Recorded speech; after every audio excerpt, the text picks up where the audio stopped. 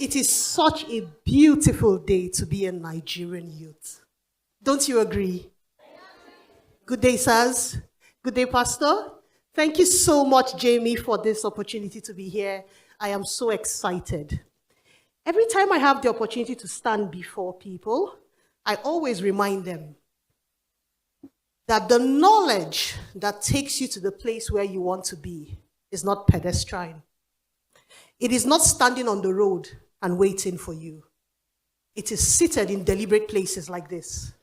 So you must come to a deliberate place like this to get the kind of knowledge that takes you into the 1%. Are you in the 1%, by the way? Oh, great. A few days ago, I did a research. I was asking myself, where is the largest stadium in the world? Then I discovered it's a stadium in North Korea called Rongrado 1st of May Stadium. It has a seating capacity of 150,000 people.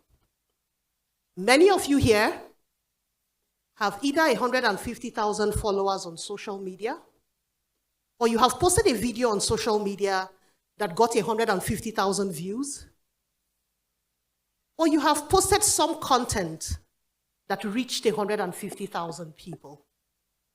Many of us here have the power to gather people in one place, like the Rongrado Stadium.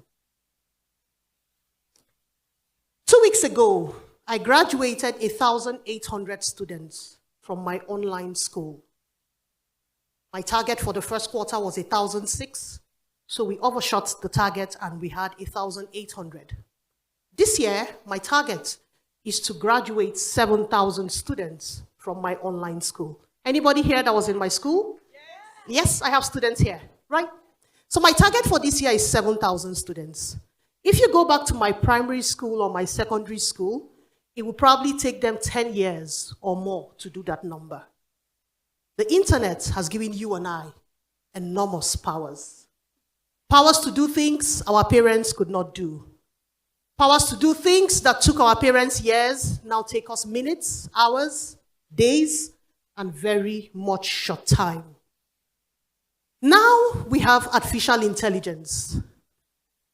My auntie, who didn't go to university, can write a letter as brilliantly as I can. Intelligence has become democratized. Everyone can become intelligent with artificial intelligence. Just pop open ChatGPT and ask a command, and intelligence will flow to everyone. Democracy of intelligence.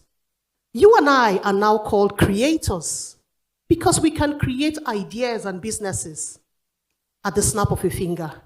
That easily. So every day we are birthing businesses. Every day we are creating.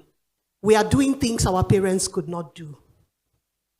If we are birthing businesses every day, just like everything that everyone is scrambling for, many things that people scramble for, only the 1% will build something sustainable out of it. The 99 will scramble and make nothing useful out of it. But there's a 1% who I believe are you and I who will build something sustainable. There are 2 reasons why people start business.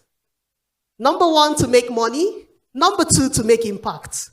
If the core reason why you started business was to make money, that's why I'm here standing before you, because we must talk about structuring that money. My name is Chioma. I'm an accountant, not a regular accountant, a very relatable accountant. The accountant you bring to dinner, and I speak sense into you. No accounting terms, no accounting jargons, no terminologies, and then you start to rethink your life. So today I'll be sharing with you, because I know you are a creator. I know how powerful the internet has made you. I know ideas are bubbling in your head and popping out every second. I know you're birthing businesses every minute. I need to teach you how to structure your business accounting. So if you're here, you already own a business, you have an idea, you work for someone, your spouse has a business, your father has a business, your sister, whoever, I am here to teach you very quickly in the next 20 minutes how to structure your business accounting. Because, like I said, it was after all the main reason why you started business, right? Okay. So accounting is that function in your business that controls all the finances. Money coming into your business, money going out, money moving around. Do we know that part? Yes, and what is structure? Structure is organizing the different elements that make up anything and building relationship between them. So that's really what I'm going to do. 6 simple points I'm going to teach you today. Please remember, whether you own a business or not, as long as you're listening to me and you understand the enormous power that the internet has given to us, you must learn how to structure any business accounting. Your business, your siblings' business, your parents' business, your father's own, your uncle's own. You work somewhere, you're a manager, you must learn it. Number 1, separation of self. Separation of self. The biggest problem that business owners have with accounting is that they do not separate themselves from the business. If you must build something that will last, from day one, you must have a mindset that you are different from this business. Now, let's take this simple analogy. Imagine that you had a child today, and immediately you give birth to this child. You tell yourself that, you see this, my child, I'm going to back you everywhere I go. You will not walk with your feet. I'll carry you everywhere I go. Others are going to school. This, my child, you will not go to school. You will be on my back. Will that child thrive? Will that child thrive? That's exactly what we do with our businesses when we don't separate it and give it a life of its own. You hold on to that business. Your personal bank account and the business bank account are the same. You clutch onto that business and refuse to give it a life.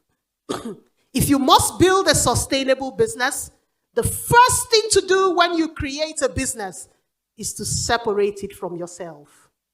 Tell yourself that this business is different from me. Register it, give it a name, give it a life. If you want to put 2 million naira in that business, open a bank account for that business and put that 2 million into that account and spend it from there. If you want to take a loan from the business, take the loan and pay it back. Pay yourself a salary every month. Don't eat up everything. No chocolate and ice cream bought from company accounts. Have your own company account. There's business expenses. There's personal expenses. Separate it. Don't mix it up. That's where a lot of business owners are failing. Every day your wife will go to the hotel that you run. Thank you. We'll go to the hotel that you run. Give me 200,000. No. Separation of self. That's the first way to structure a business. Number 2, processes. Processes refers to the steps you take to achieve a certain thing. Any particular thing. The steps that you take to achieve a certain thing. I always say to business owners, sit down and think about this, your business. What are all the accounting activities you do in this business? List them out. And for each of these activities, think about it critically. What can go wrong? How should this activity happen so that it does not go wrong? I have a friend who runs a recycling company. Who knows what a recycling company does? Right? So he buys plastic PET bottles, grinds them, cleans them, and exports them. Oh my God, they've nearly killed my friend. So every day he gives money to his manager and his team to buy bottles. You know these scavengers who pick the bottles? They bring the bottles to the gate, they weigh it, and they pay. Do you know for maybe this Malam brought 100 kg of bottle, his team will pay for that bottle 10 times. Because he can't know what they are buying. There's a heap of bottles that you can't start to measure. So they'll say, oh God, this one, we never pay, he pay. Oh God, this one, we never pay, he pay. He was almost going crazy. Why? Poor processes. Poor processes. So I said, let's just sit down and talk about how to do this so you end this loss. We sat down and said, let's think about it. So the bottles come through the gate, they get weighed. At the point where they get weighed, can we have an external person sitting here? We put an external consultant there, weigh and certify, right? And then from there, you take your slip, you get paid. That was the end of the losses. Simple processes. Have you ever thought about how you walk into the bank and you feel a deposit slip in the bank every time you want to pay in money? Imagine for 1 second if somebody didn't create that process. So you will go to the teller and see, hey, my mother's account, let me call it 56. No, I say 6. 44. You know, that's what you would have been doing. You would have had to call the account number. She would make mistakes. Then apart from calling out the account number, what proof do you have that you sent any money? Somebody sat down and created that process. So that's what we talk about when we say processes. In that little business that you run, no matter how informal, sit down and think about it. What are all the different activities that we do in this business, and how can we organize them? Remember to have a risk management mindset. What is risk? Risk is anything that can go wrong. Anything that can go wrong. Whenever you are thinking of processes, ask yourself, this process, what can go wrong? What can go wrong, and what can I put into this process to make it not go wrong? Number 3. What was my number 1? What was number 2? Number 3, people. We are discussing the elements to structure the accounting of any business. And we said there are 6 elements. We have discussed number 1, separation of self. Number 2, processes. Number 3, people. There are 2 categories of people, internal and external. People refers to all the different people that your business will come in contact with in its accounting. Internal people are your team. Who are the people in your team that handle the accounting of the business? Do you know that it's not only accountants that handle accounting in your business? Do you know? You know that my friend who owns a recycling company, from the gate man who released that malam that was carrying 100 kg of PET bottles, to the person who was weighing it, do you know all of that affects the accounting? Yes. So when I talk to people about business and I say, everyone who is affected by your business accounting, they say, see my accountant. I said, no. Even the front desk girl can send the wrong invoice. Do you know? Yes, she can apply the wrong amount of discount. It's Thursday, we're giving 3%. She punches 5% discount. So there are many people in your business who are part of the business accounting. Do they have the right skill? Do they know the right things to do? Are they trained for the job? When we talk of external people, do you have the right external relationships?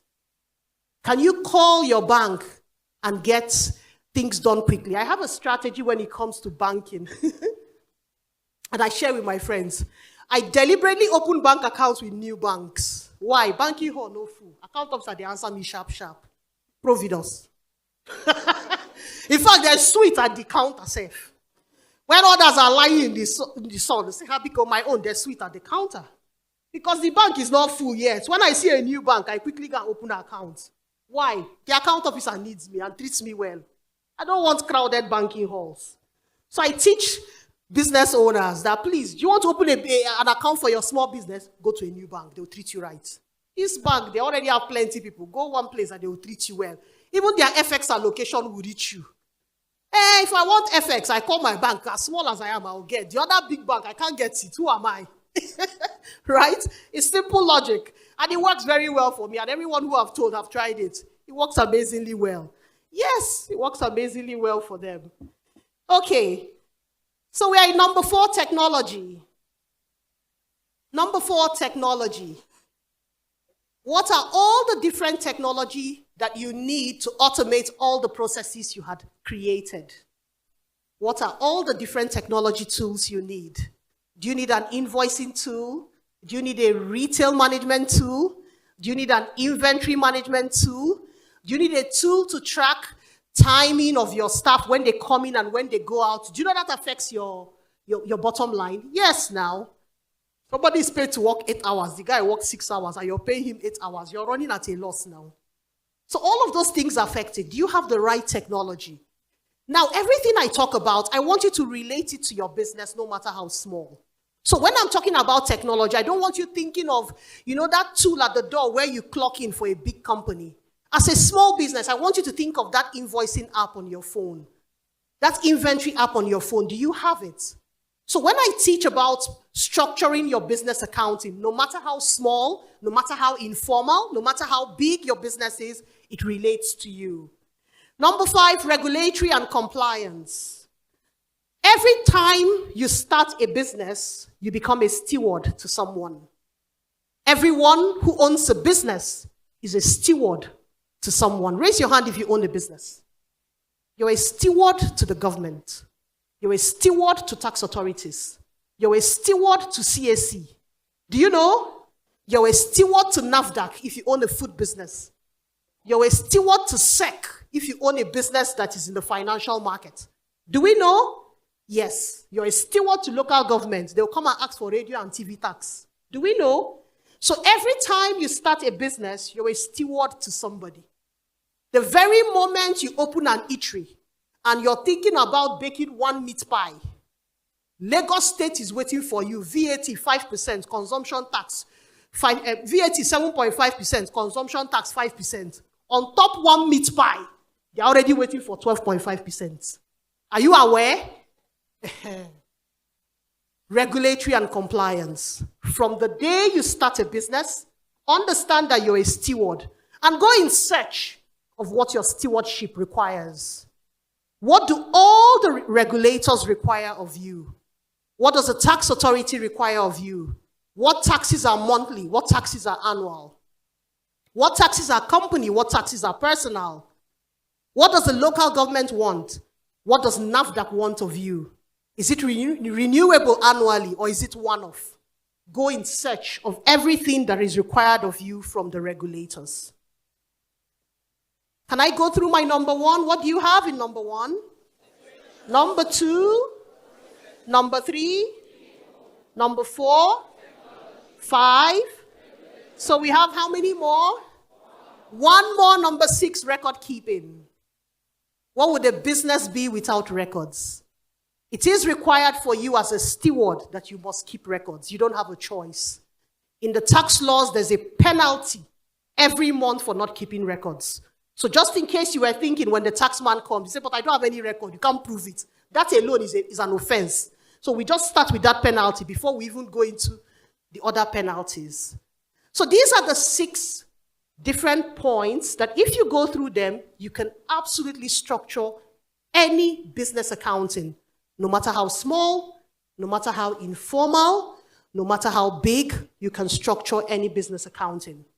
When I stood before you today, I called you a creator because the internet had given you enormous powers to birth whatever your ideas was. I shared with you that sitting in my room on my bed, I graduated 1,800 students last 2 weeks. I was sitting on my bed and graduating 1,800 students. Something my principal, I went to a Catholic school in Jos, Plateau State. My principal probably has never done in 10 years. I could do numbers she cannot. That's the kind of power that you have, and I celebrate you. But I don't want you to be lost in the 99%. It is my desire for you that you step into the 1% who truly understand that the reason I went into business was to make money and make impact. And I will be in the 1%. Thank you.